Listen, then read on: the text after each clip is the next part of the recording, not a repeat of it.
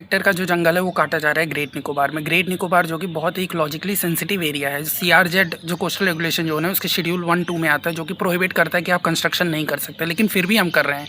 NGT का case pending है कोलकाता में, nobody is talking about that. फिर आप देखो शोम्पेन ट्राइब, निकोबारी ट्राइब, ये कहाँ जाएंगे? Olive ridley turtle, leatherback turtle, ये सब कहाँ जाएंगे? मैंग्रोव्स आप काट दोगे जो कि हाई टाइड को प्रोटेक्ट करता है, ठीक। कितना कोरल पॉलिप्स वहाँ के मर जा रहे हैं। तो ये सब चीज़ें सही नहीं है। आप ग्रेट निकोबार प्रोजेक्ट पे बोल रहे हो पोर्ट लेड इकोनॉमी बनाएंगे, टूरिज्म हब बनाएंगे, यहाँ पे एयरपोर्ट बनेगा, यहाँ पे रिजॉर्ट बनेगा, पार्क बनेगा, ठीक। मतलब आप इसको सिंगापुर नेक्स्ट हांगकांग बनाना चाहते हो, ठीक।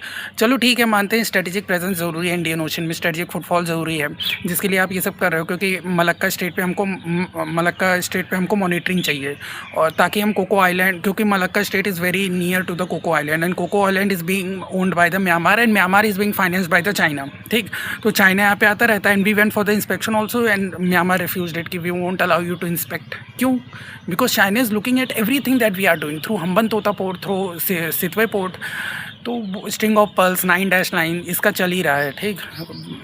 स्प्रैटली आइलैंड, पार्सल आइलैंड, उन सब जगहों पे तो चाइना हम पे लगातार नज़र रख रहा है, ठीक है। हमने स्ट्रेटजिक इंपॉर्टेंस चाहिए, क्योंकि मलक्का स्टेट जो कि आपका मलाय पेनिनसुला और सुमात्रा के बीच में, Sumatra is located at Indonesia, जहाँ पे लेक टोबा भी है, तो और जो कि अंडमान सी को साउथ चाइना सी से कनेक्ट करता है, और the Singapore which is located the tail of the Malaysia, Malay, वहाँ पे उसके ऊपर थाईलैंड है। तो सिंगापुर को वो भी पोर्टलेट इकोनॉमी है, तो हम चाहते हैं कि ये भी बन जाए पोर्टलेट इकोनॉमी। लेकिन और यही हमने एफआरए रूल्स 2006 जो कि बोलता है कि जब आप फॉरेस्ट को नॉन फॉरेस्ट में डाइवर्ट करोगे तो आपको प्रायर इन्फॉर्म कंसेंट लेना है, नहीं लिया। एनजीटी का हमने नहीं, वो भी पेंडिंग है सुप्रीम कोर्ट में, उसने भी क्लियरेंस दे दिया।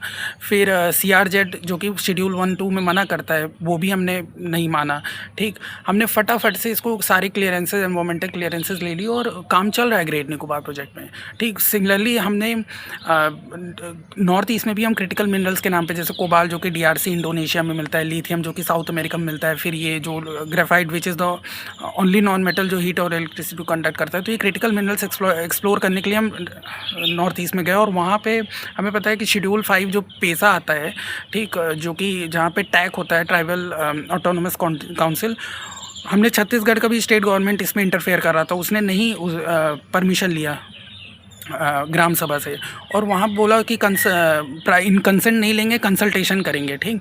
फिर आप देखो नॉर्थ ईस्ट में भी हमने वहाँ के जो ऑटोनोमस डिस्ट्रिक्ट काउंसिल, क्योंकि गवर्नर का वहाँ स्पेशल परमिशन लेना होता है, ठीक। ऑटोनोमस डिस्ट्रिक्ट काउंसिल होता है शेड्यूल 6 में, एमटीएम में, वो भी हमने नहीं लिया। नागालैंड का तो अलग केस है, वो 371A में